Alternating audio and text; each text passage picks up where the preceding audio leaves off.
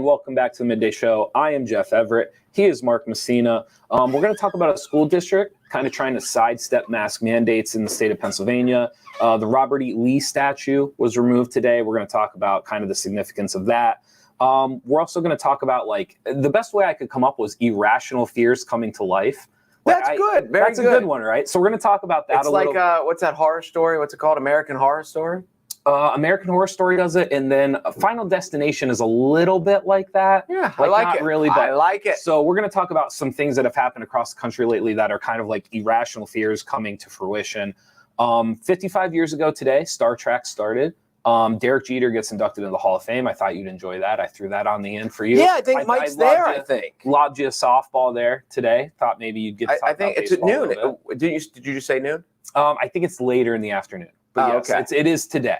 So we've got a few subjects we're going to talk about. But before we get to any of that, I'll let you decide if you want to talk about your hair or not. But how are you feeling? I think my head is slanted. Just today? I don't know. Well, like, I've noticed this as I get older, and like with allergies and with, so you don't have sinus issues, do you? So far, I've been fortunate. I don't really have allergies. And after time, like, I remember going to an allergist and they're like, you don't have polyps. I think I've developed polyps through time because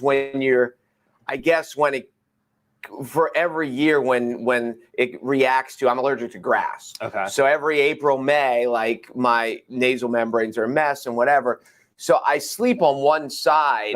I was trying to figure out how you were going to connect. I sleep on the same side because if I sleep the other side, I can't sleep. So I have to sleep on one side of my head. Okay. And I don't know, maybe it's like this every day. I think my head's slanted. I got nervous there for a second because I wondered where I was going. I was like, did he forget we were talking about his hair? I was like, there's no way he's going to be able to. It's all going to circle back. Yeah, it's all going to circle back. It definitely did. I was trying to think of a clever way to transition into that, but I couldn't think of one. So we wrote about this in NorthcentralPa.com because it's a state story, and personally, I found it fascinating. There is a school district in Pennridge, which is just, I'm going to pronounce this wrong, Perkasie, Pennsylvania. Pennsylvania. Sounds good. It's down near Philly. They're about 30 minutes outside of Philly. If you've ever gone down the turnpike, you start to see signs for Pennridge in different places, Ben Salem, different places like that. They put out a message to their community, families, and students, basically saying that they disagreed with the governor's mandate. However, they were still going to have people, you still needed a mask exemption to not wear a mask. However, they created their own form. The catch with this form, there's two real catches with the form. One, the form is being promoted almost as if instead of it being a medical waiver, it's almost being promoted as this is something like you should need to sign and bring it in. It's like a permission slip for a field trip. Yes, it is kind of like very permission slip-ish. The second part of this is that the form does not need a medical doctor's signature. You don't need a doctor, a psychologist, a physician. You do not need anybody in that medical field. The only person that you need to sign it is a parent. They do this because in the mandate, in the governor's orders, they list mental health as one of the reasons that students could be exempt from wearing a mask. And the Penridge School District has come out and said that they believe the best person to judge a student's mental health is the parent or guardian, thus creating their own form that only needs a parent signature. And once you sign that form, you are exempt from wearing a mask. Now, and it goes even a step further to say the kids. So basically in most schools, what the governor tried to do and what everyone has tried to do is to have, these are the kids that are wearing masks, yes, and the couple kids who don't or refuse or whatever will be kind of pushed off to the side and they will be in their own.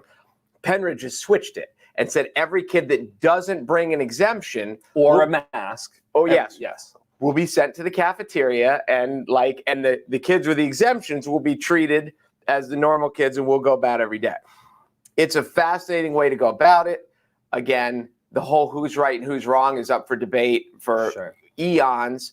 I will say this, in many cases, the parents are probably the best judge of their own child's mental health. But in lots of cases, the parents are a horrible judge in every aspect of their kids' lives because there are parents out there who are just a train wreck. So to say that the parents are always going to make good decisions, you don't need to go very far and wide in the group of parents to find parents who consistently make bad decisions when it comes to their kids. The two things that make this fascinating to me, because again, like, it's not even about being on one side or the other. I really, what Pennridge did that unique is the way they promoted it. Like, they've made it so, I don't want to use the word easy, but they have made it very clear, like, here is the route for your kid to not have to wear a mask, which I find it's very unique and also very much takes a stand. There's a lot of districts that are saying we do or don't agree with it, but then it's just a statement. There's no actual follow through or no way for a parent to then follow up on the school's place, right? Like, if the school says we're pro-mask or the school says we're anti-mask, like, that's pretty much the end of it, and they're following the mandate. Penridge is saying, like, we disagree with the governor, and here's how you can disagree with us and basically get an exemption for your kid to not wear a mask. So go ahead. I was going to say, the question down the road is just, it's all about funding. It is 100% about funding and how much, because every school relies on state funding. And if the governor's like, listen, if they're the only ones out on this island, it'll be, well, see, if they're the only ones that end up on this island, do you whack them or do you not whack them? And that's a good point. If they're the only one, maybe at the end of the day, you say, we feel bad for you and whatever. If there's a dozen, if there's I don't know, but that's the fear, because immediately people will say, well, why doesn't everyone do this?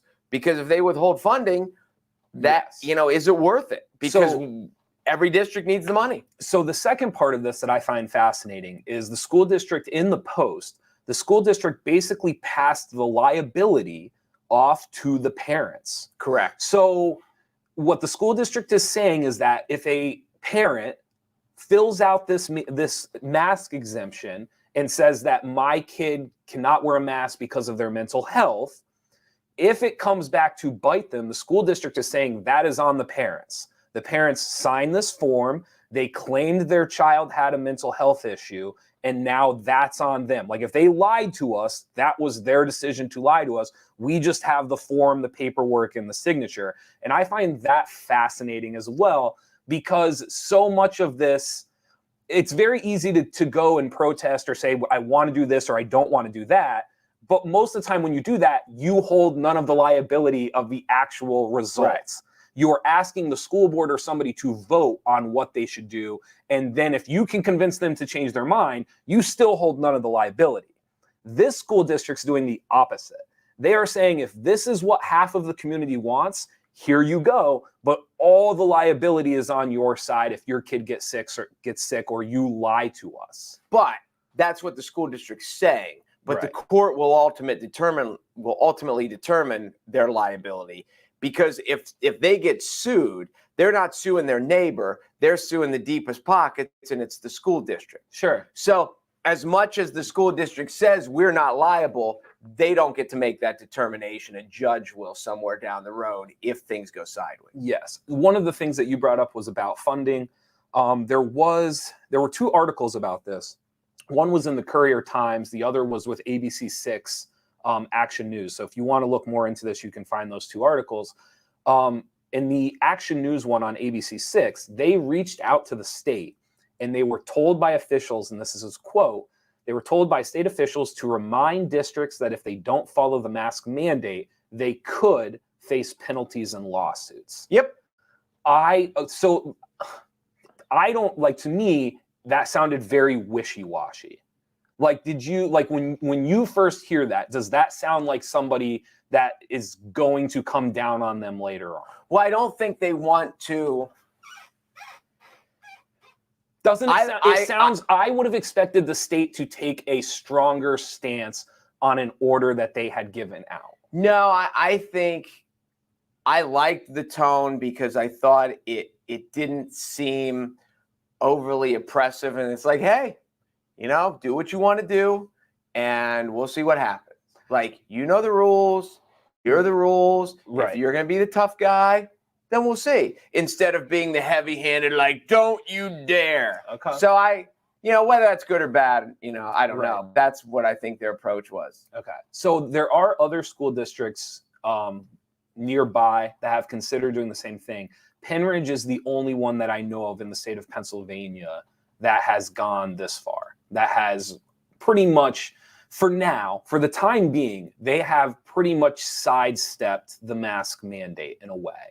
And the crazy part is if you read through the comments and you go through things, the community is not like, it's a 50-50, like it's pretty down the line. There are people that are for this. There are people that are opposed to it.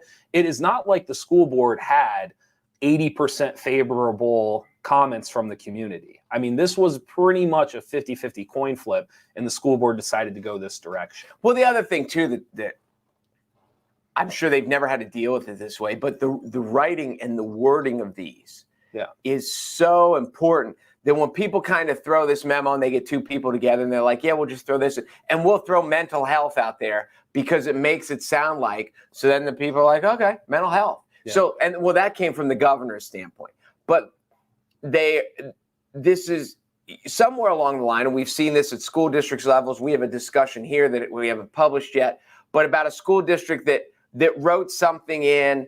One of the parents kind of didn't even really find a loophole, but then the school district came back and said, no, you can't do that. And the parent said, but this is what you wrote. Right. And now you're saying it doesn't. So it's in these, doctrines basically that are coming out. It's really important that they watch every word, because when they throw out mental health and the school district says, oh, mental health, we'll ask the parents, is it bad for your kid's mental health? They say yes, no more masks. And they've just sidestepped the whole thing. Yeah. So it's fascinating. And again, nobody knows what's good, nobody knows what's bad, and everyone's got an opinion. One of the points you made that I agree with is there is this sense, I believe there are parents who 100% are the best person to judge their kids' mental health, without a doubt.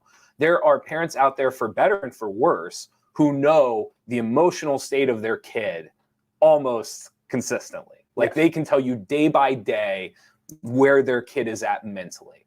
There are parents and guardians out there that also have no clue mentally. Like they're trying to get through the day themselves. Right. Like it's so their kid's mental state. It's not that they don't care. It's just there's 1,000 other things going on. If you're a parent who has 5, 6, 7, 8 kids, how are you possibly going to know the mental state of the 7th, kid? Like, so there are instances out there where I don't know if the parent is actually the best indicator of your child's mental health. It's an interesting conversation. I don't think it has anything to do with number of kids. I think it has to do with, you don't think so? You don't think having more kids? Well, it would make it harder. I'm not debating that. Right. But there are people with one kid who have no idea. Oh, sure. That they are just clueless. Sure. And can't read signs, don't have conversational levels, just can't. It just, There are, just like everything else in life. But like parenthood is hard, and people think that, and it's not because they don't love their kids. Many of the most spoiled, poorly adjusted kids are loved too much. Sure. That the parents can never just say no. Or the parents are like, no, that's not happening. The kid wants it and they get it. Sure. There's no discipline. Because the parents never want the kid to be mad. And there are lots of really good parents. There are lots of really bad parents. Oh, sure. So their first day is today. Pennridge. Yes. Penridge's first day was this morning. So we'll see what comes of it and what comes from the state, but something to keep an eye on there. Again, some fascinating, what do we call them? Subplots. There's just a lot of nitpicks to that story that just are very unique and very different in how most people are going about this. The thing I like about Penridge School District, whether you agree or disagree, is I don't want to say the boldness and the creativity of like this is what we were given. It's almost like they took the tax law. Yeah. And like, this is where we're going to shelter our money. And this is here are the tax laws, and we're finding every loophole we can. Right. And they took it and they're like, this is what we're doing. Loophole, loophole, loophole. And this is what we're doing. So from that aspect, I kind of applaud what they did. Sure. It depends where, I don't know. It's such a tough subject, and it's such a well. And we talked about too. They're not a small school district. No, they're big. They're pretty big. I believe they're a 5A or 6A school. When we looked think at, they're bigger than Williams. Yes, when we looked at the population in their community, it was a slightly bigger than the Williamsport community. Right. So this is not like, it's not like Blossburg or Muncie. Or, right. It's not well, like nothing. You have a small. Nothing is like Blossburg. Nothing is like Blossburg. But it's not like it's this small community where you're only, right. The decision is only affecting so many people. Like this is a very, very large community that was kind of down the middle split on the subject. And this is the school board's, I don't even know to call it a solution. This is just the route the school board decided to go. It's a tactic. Yes. And it's interesting. How many people follow suit? How many districts follow suit? Does anyone follow suit? There are some, in an updated version of one of the stories, there are other school districts already looking in down in that area. But it'll be be interesting to see where it heads. Before we talk about this, I argued with you that a week ago during Hurricane Ida, and we had the mask mandates, and we had all this stuff going on before Labor Day weekend, like on Thursday. I said to you, this story wouldn't have even been, I feel like this story might not have been on the radar. But then you talked me into it in 30 seconds and said, it's a little bigger deal than what you think. No, this is one of the stories you don't like to touch. No, I actually don't mind talking about this one. And so Robert E. Lee statue on historic Virginia Street was lifted and removed today in Charlottesville. There's a whole background story. One of our coworkers was actually telling us this has been going on now for a couple of days. Well, it's been going on for a long time. Yes. But the actual removal, like the crane being brought and everything else, this has been going on for a couple of days now. I've said this before. When it comes to monumental things, and I'm not just talking about Robert E. Lee, I'm talking about things in general. Flags, statues, fountains, whatever things that represent park benches with plaques, things that represent, I think they're over. I understand why we do them. As a society and a community, I get the value and why we do it. However, the longevity of these things, we now act like they have to last forever. And so just because I put a park bench somewhere with a plaque, I have never thought that meant that park bench has to be there forever. And I feel the same way about statues. I feel the same way about flags. I feel like I've just never viewed those things, monuments, as things that it doesn't, I'm not trying to say they didn't matter or they didn't represent something, but all I'm saying is that just because those things are removed doesn't mean they no longer represent those things or those things are non-existent in history. Well, and that's the thing too, of the remembrance of history and how, because I know the one side of the argument of why the statue should stay is it's part of our history. Yes. And we can't wipe out our history. Now, again, as you said, taking a statue down doesn't change history. Robert E. Lee was still a person. Yes. He's still all this stuff about he still exists. No one is walking around saying Robert E. Lee didn't. This is probably the most least Republican thing about me. I just don't understand the fascination with monuments and flags and all of that. I don't get it. Right. Well, and the flip side of the statue here is what he represented, and he represented oppression to the to the black race, basically. Mm-hmm. And is there a reminder? And the one that I've heard most often is if you went to Germany, a big part of Germany's history is Hitler. Sure. But you don't see statues of Hitler because of he tried to wipe out all the Jewish people. And it is, you can understand as why a Jewish person, you wouldn't want to walk down the street and see a statue of Hitler. Because again, we put these things, they're on pedestals to look up to they're renowned. We don't put statues of the Jerry Sandusky's and we don't put statues of villains. But you don't, go ahead. I just wanted to say, the weird part about it though is there was a point in time where a statue was a way to remember something. Because we didn't have the internet. We didn't have records and ledgers that lasted forever. And we didn't have all this data and storage. And you could how did you remember a general? How did you remember a president? How did you remember a great whatever? You made a monument because that was the only way to carry it on. You wanted to make sure after generations, the next person knew about it. That is no longer the world we live in. That's true. That's a very good point. You no longer need these physical things. Now, again, I'm not saying we shouldn't do them, I'm saying, as I would like to see us as a culture, as society, like let go of the idea that they have to last forever. Well, For someone that I love, I have no issue. Like I'm all for putting like a park bench with a plaque because of like a family member that I loved and now it's there. And like that stuff's great. But like 80 years from now, when that bench is decrepit and it's time for something else, like that person still existed. And the memory and the things that they did. So I feel the same way about all of these monuments and all of this discussion. They're still real.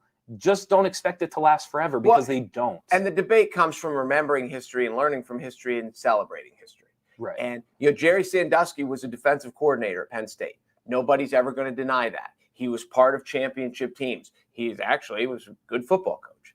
But there's no reason to have a statue up to celebrate Jerry Sandusky at Penn State because of when you look at his whole what word am I looking for? When you look at his whole life, right? There's no reason to celebrate that. So that is the aspect of these. Like, was slavery part of the American South? Of course it was. Was Robert E. Lee general in the South? Of course he was. There's lots of American history books that will say the generals of the Confederacy were better than the generals of the North. And if the North had better generals, the war wouldn't have taken so long. So, like, there's all those aspects. But is there a reason to celebrate him in the streets of the state capital of Richmond when so many African American people walk by it every day? Like, yes, he's, as you said, he's part of history. We're not erasing him from history, but should we celebrate that part of history in America? Right. So this is the next part, because I've actually had this conversation before. I have no issue again with like removing it from a public property, like from like a public area. But now like the question becomes, what do you do with it? And I don't know. Like I did like a quick Google search. I tried to see like what they intended to do. I heard just to cut, they had to take it apart in pieces because it was so big. Then they're going to take it somewhere and they're going to figure out how to either totally dismantle it or melt it down or whatever. And see, so this would be my argument is I totally get them wanting to remove it from a public park.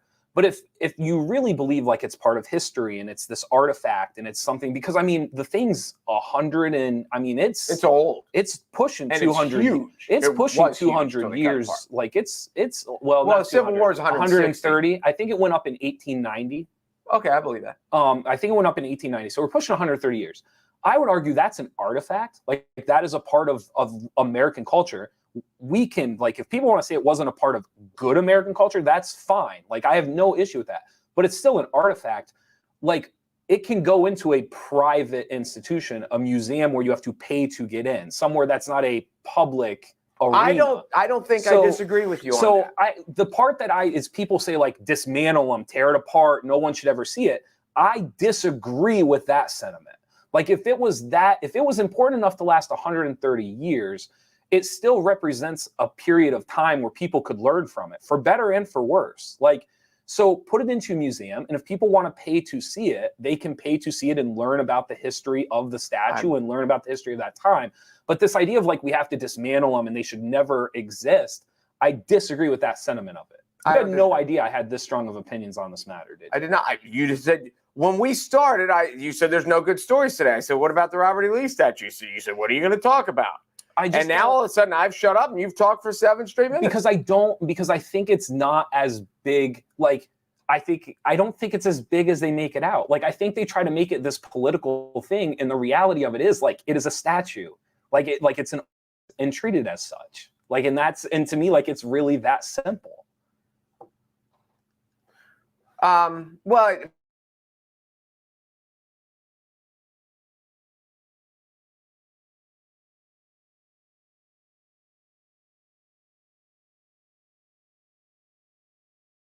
statue needs to stay up because it's part of German history. No, I get that. Right. But for you to say it's just a like it's not just this clump of bronze that was carved. He still represented the leader of the Confederacy, which lived and died on slavery. Yes. So it shouldn't be that difficult to take it down. That's all I'm saying. I agree. So, but let's not act as if Robert E. Lee never existed. And let's also not act as if like it wasn't just a monument and it shouldn't be in a public arena, but it could very easily be in a private institution if people wanted to learn about what had happened. Agreed. Sweet.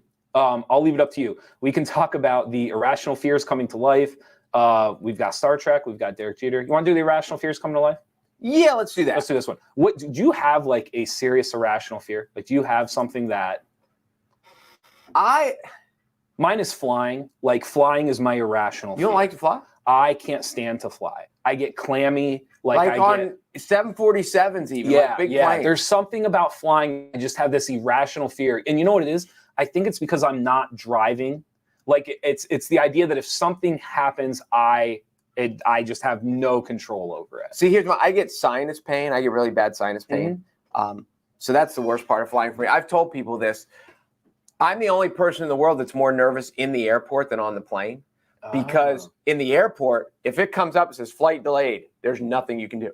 I've had flights canceled, nothing you can do. But like, again, when you're driving, you can go, you can start, if you're sitting in Cincinnati and you're waiting for your connection and it's stuck there. You're stuck. So when I get on the plane, like my anxiety level goes way down because I'm like, now all I have to do is sit here and in a couple hours I'll be home. Right. So yeah, I have a weird thing. Whenever I'm at a high place, and there's a something for this. There's a mental that you feel like you're just going to run and jump off. Right. And I don't know what it's called, but I'm not afraid of heights. But when I'm at a height, I can see myself falling. Okay. Which I guess is kind of being afraid of heights, but I'm not afraid. It's very weird. Okay. Oh, that makes sense. So 2 of the irrational fears coming to life. One was a story that you found in Georgia. 19-year-old Jamarcus McFarland died this past week in Georgia when an apartment building elevator collapsed and went free falling to the floor of the shaft. Do you know anybody who's afraid to ride elevators? Like, have you ever met somebody? I will say this. I'm not afraid to ride elevators, but I always tell people, like, when you live in the city, and I lived in Baltimore for a few years, and you parked a lot in parking decks because there's only so much street parking. So even you go out on, like, a Friday night, and you're in a parking deck. Okay. And I used to tell people, no matter what, they have parking decks that are 8 levels, 10 levels. I always took the stairs. Yeah. Because I'm like, if I'm in an office building, and the elevator gets stuck, there's somebody around that's going to help me. If I'm in a parking deck at midnight, is there anyone here? Or am I going to sit in this elevator? So I took the stairs all the time, not because I was afraid I was going to fall, but I was afraid that it was going to get stuck. Interesting. Okay. So that's one irrational fear that I've heard people have is elevators. The other one is roller coasters. This one I can relate to. I'm not a fan of roller coasters. On Sunday night at the Glenwood Caverns Adventure Park in Colorado, a 6-year-old girl was fatally injured while riding the haunted Mine Drop. You wrote about this. Do you know the actual details? It's like free fall. They have the one at Cobbles Grove called oh my God. I ride all the time. You just go up and go down. Okay.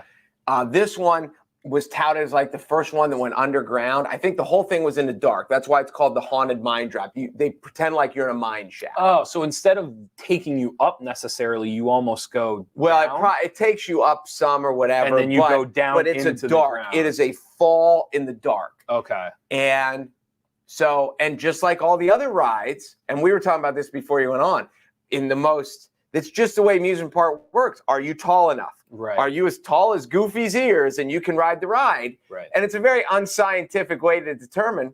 But this 6-year-old died, and they're doing an autopsy this week. So was it like, did she get jarred somehow? Was she so scared that they don't know yet. Right. But it was a dark.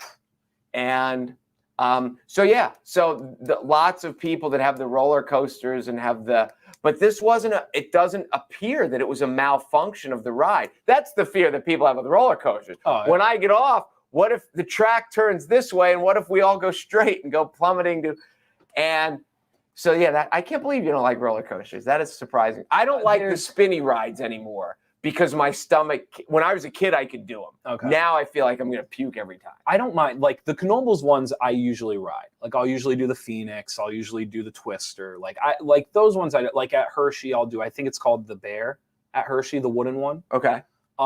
So I wooden ones and different rides, like they don't bother me.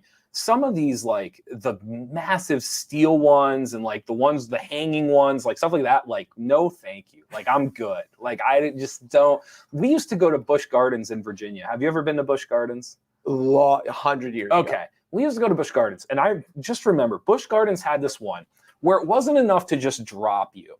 You would drop at like a twist, and it was steep. So you would almost be like upside down as you're dropping. And then right when you would start to swoop up, you would go under a bridge. And I swear to God, this bridge was 2 feet above people's heads. And I remember watching it and just being like, not like I don't need to. Like, it's just not something I need to do that. You know what I've learned? And my daughter explained this to me when we were at Hershey the one year. The loopy rides. Uh-huh. Sometimes, like, she calls it's called graying out. Okay. And if you live with like lower blood pressure, like people have high blood pressure, Okay. my oldest daughter's blood pressure is on the lower side. Okay. And you kind of get your head whipped forward because of the G forces, and you start to gray out a little bit until you get back out of it and the blood can return. Okay.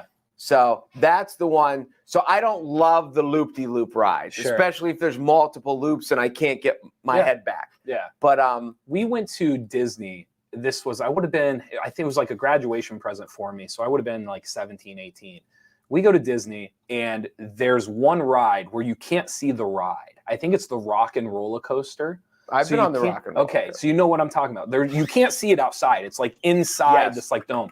So I'm not told what we're in line for. Like we just get in line, and we're walking through. And my cousins know, like I'm not a huge roller coaster person. Wait, hold up. They know you're a big baby. Yes. Okay. So we're walking through the line, and we get to the front of it, and people are loading up into this thing. And the Rock and Roller Coaster shoots you off. Yeah, like, there's it's no Aerosmith now. At least when I was there. Yes. So we're in line. We're like 2 rows away from getting on, and it's the first time you can now see the beginning of the ride. And this thing takes off like 50 miles an hour. And I just turn around, and I'm like, I'm not talking to any of you the rest of the week. Like I'm done. So I get in the ride. It takes off. The ride itself wasn't a blast. It wasn't that bad. Now here's the catch. I couldn't see, like you can't see anything. Like you can see neon lights and stuff like that, but there's no height, there's no drop. Like you're just in this darkness, like spinning around and stuff. So I actually enjoyed the ride. I still pretended to be upset when I got off of the ride because I wanted to make sure they didn't do it again. They probably would do it again. But yeah, so that's my whole roller coaster experience. I have an irrational fear of them. You know who pretends to be upset even when they're not upset anymore? Who? Women. And that's a very female trait of you, Jeff. I wasn't upset, but I'm going to pretend to be upset to prove my point. 55 years ago today, Star Trek debuted across the country. You're going to let that one go, Starship Enterprise flying across TV screens. I was not a Star Trek person. I was not a Star Wars person. It's like a big gap in my pop culture knowledge. I do not know a ton about it. Well, you were Star Trek. I saw it in syndication, obviously, because I wasn't alive when it came out. Star Trek is very Gilligan's Island-ish. Okay. The original run did not last very long. It was only 3 years. They did 79 episodes, as I was just researching. Why do you refer to that as what am I missing with my Gilligan Islands? Gilligan's Island was not on very long in original. Okay. It lived in syndication forever. Okay. Star Trek, it had low ratings. Okay. Star Trek became legendary in syndication and with the spin-offs, and now there's been like 2 or 3 spin-off series. I think they said 13 movies of some. It's just been crazy. Okay. But some of the fascinating things about it. Do you know where Captain Kirk was from? What state? No. Here's your trivia question. If you want to impress people or if you want to scare people, he was from Iowa. I bet you didn't know that, did you? I didn't. I didn't know that till I just read it. But historically, Lieutenant Uhura. Wait, I'm sorry. The character is from Iowa? The character is from Iowa. Not William Shatner. I think I should have known that because in the Star Trek movies they just did recently, like 10 years ago, he's driving through like an Iowa cornfield. He went back home? When he first, yes. So I actually probably knew that without even recognizing I knew that. Yeah, I just read that. I thought you meant the person who played Captain Kirk. No, not Okay, Shatner. gotcha. Lieutenant Uhura, who was the black female on the bridge, she was the first black female to be a major character in a television series or something. She was groundbreaking. And the fascinating thing about it was when Gene Roddenberry, the guy who created it, which I didn't know this, was an Air Force pilot. Right. And he kind of dreamt this whole thing up. But when they talked about Spock and McCoy and maybe Kirk, but I'm not sure, but definitely Spock and Dr. McCoy, there was no gender associated with it. Sure. So they could decide, do we want these people to be men or women? And I can't think of her name, but the lady who played Lieutenant Uhura, when she read all the parts, she's like, I want to be Spock. He's the best. Okay. And she ended up not being Spock, and Leonard Nimoy did. But it's people think of Star Trek. They're like, oh my God, the show is around forever. And this only 3 seasons, 79 So when does episodes. LeVar Burton come into play? LeVar Burton was on the Star Trek The Next Generation, which I'm going to say was in the very early 80s. So it came out and then they rebooted. Yes. Okay. And that was Picard, which was the bald guy who played I know he was in your Muppets movie. Yep, I know who you're talking about. I can't think of his name now, but I know who you're talking about. Was he Gandhi too? Yes. It's not Michael Caine. It's the only name I can think of right now is Michael Someone will Caine. tell us. But yeah, that's who it was. And then they did like Deep Space Nine, and they had extra ones. But why are you laughing? Because someone just every once in a while I'll catch like a glimpse of the comments, and someone said, "Gotta quit the soda," because I think I brought my cherry Coke into the thing. Oh, I had my Pepsi. Did you have your Pepsi too? Yeah. That's why too. So I absolutely love that. All right. Anything else on Star Trek? No, that's about it from Star Trek. Sweet. 55 years. I will say this too. I bet you didn't know this. The original cell phones that flipped were designed after the communication devices. That you like beam me up, Scotty? Yeah. Because they're techie people who love Star Trek because that's that world. Okay. But the original flip open cell phones were designed after. At least I heard that. Don't quote me on that, but I don't know where you're going to quote me on that. Interesting. So there you go. Last thing today, Yahoo Sports, welcome to Cooperstown. Derek Jeter headlines class set to enter the Baseball Hall of Fame. Do you know who else is in the class? Larry Walker went in, and Jeter and Walker were voted in 2020, but they didn't have the induction because of COVID. Okay. Ted Simmons was one of them. They went in with the Veterans Committee. And I just saw, I think there's one more. I can't think of it. They're doing it on a Wednesday. My buddy said to me, why are they doing it on Wednesday? They always do it on a Sunday, but they do it in the middle of the summer. Right. And I don't know if they pushed it because of COVID. I don't know why they decided to do it later. Sure. But I said now, if you do it Sunday, I mean, they could have done it on Labor Day Sunday, which would have been interesting. But starting this Sunday, you've got NFL, and they don't want to compete with the NFL they would just get lost. And since it's Jeter, and since Cooperstown is an hour and a half from the city, like there are going to be droves of people there anyway, I would imagine. Oh, no, you're probably right. What if Derek Jeter was not a New York Yankee? It's a fascinating question. I've always, because I'm not a huge baseball guy, but obviously growing up around the time, and Derek Jeter was everything. Even people who hated the Yankees, I couldn't stand the Yankees, and I still like Derek Jeter. I've just always, there are these people that fall into these organizations, and it's just they hit it right, and things are good. And it's not that they wouldn't have been good, and it's not that they wouldn't have been great, but I just wonder what happens to Derek Jeter if he is on the San Diego Padres. It is a fascinating point because one of the, he's 3,000 hits. He never batted third. And historically speaking, at least up until now baseball's changed a little bit. Mm-hmm. But to hit second, you got a speedy guy on base, so they want to throw you a lot of fastballs. And then you've got the sluggers behind, so they don't want to walk you to put guys on base for the sluggers. Right. So at that era, now Judge bats second, now baseball's a little different. Sure. But at that era, hitting second in a loaded lineup is, it's the best place to be. Well, and even just playing, like, when you, obviously with Hall of Fame status, numbers matter, but like winning matters too. Like there are a lot of fringe guys that just never get in because they didn't win enough or they weren't part of the right organization. So I just wonder, like, when you're part of a Yankees organization, when he was a part of it, like, you just wonder what that looks like somewhere else. I'm curious what a Derek Jeter career looks like at the end of the day. Because think of the moment, like, you think of the playoff moments and the World Series moments. And so, like, there are phenomenal players and athletes that never get the opportunity. They don't even get to do those things. It's hard to ever sit back and think that this guy had 3,000 hits, and I think he was a 315 lifetime hitter. I think he hit 315 in the postseason, too. He was a great postseason hitter. But there was never a point where he was the best hitter on the team. Right. Or I shouldn't say that.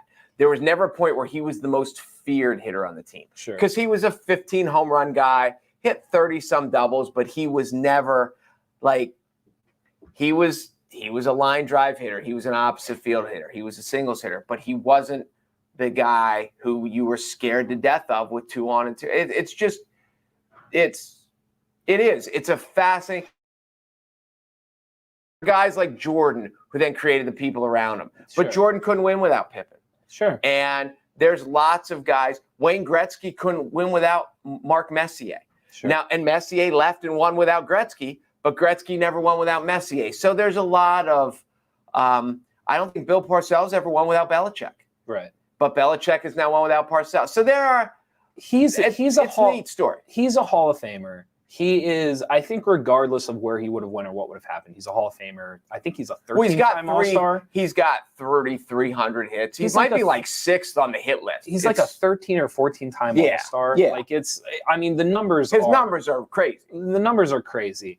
I guess you're talking about his numbers get him in clearly. The aura of him. There's this idea that Derek Jeter did things nobody else could do. And my argument to that would be, like, luck is when preparation meets opportunity. And in that equation, you can only control preparation. You cannot control your opportunity. And there are few people in the history of sports that probably were as lucky with opportunity as Derek Jeter was. That's all I'm saying. No, I don't disagree with that. I love Derek. I mean, I think I own like 2 baseball shirts, and they're both Derek Jeter shirts. So this is not, I'm not condemning or anything else. So I think it's a really neat question. It went from Derek Jeter to Ryan Reynolds. Was that your? I was number 2 in all the sports I tried to do. So I was. Well, that's just because when you were little, the littlest kid was number 1, the second littlest kid was number 2. So? And that's how it went, and you were number 2. Who was giving you these shirts with numbers on them? What? Who was giving you these numbers? No, like in Little League. Oh, in Little League, that's how they did it? Yeah, they do it by size. I gotcha. Okay. Oh, that's very true. I didn't think about that. So there you go. That might be why. Anything else before we head out today? Was that it? Did we have nothing else? I don't think. Nothing else. I mean, that was good. We hit a lot of stuff. Got back into the news a little bit. I'm curious. Tomorrow is NFL preview day. I'm ready. Is that what it is? I'm jacked. We're going to see what happens. Because it kicks off tomorrow. Who plays Cowboys tomorrow? Tampa. And our best lineman has COVID. 0-1. I mean, 0-1. How's that for a start? The good news is half the league will be 0-1, so you won't be alone. That's the good news. Yes, but it is just a reflection of the world. They're like, we're on the road. We're playing the Super Bowl champ. It's the first time in history that the Super Bowl champs have brought their entire team back intact. Yeah. Because Brady's reworking contracts, and they're like, let's keep these dudes together. Right. They do it. So we're up against it anyway. We're on the road. They got the emotional high. And oh, by the way, your best lineman can't play. Right. So it's just like. No, it's going to be a struggle. I would say. Struggle is putting it mildly. All right. Thank you guys for watching the Midday Show. Thank you to all of our sponsors. And be sure to go to NorthcentralPa.com for all of your news. We'll be back tomorrow. That's it. Well done. That was good. I enjoyed that one.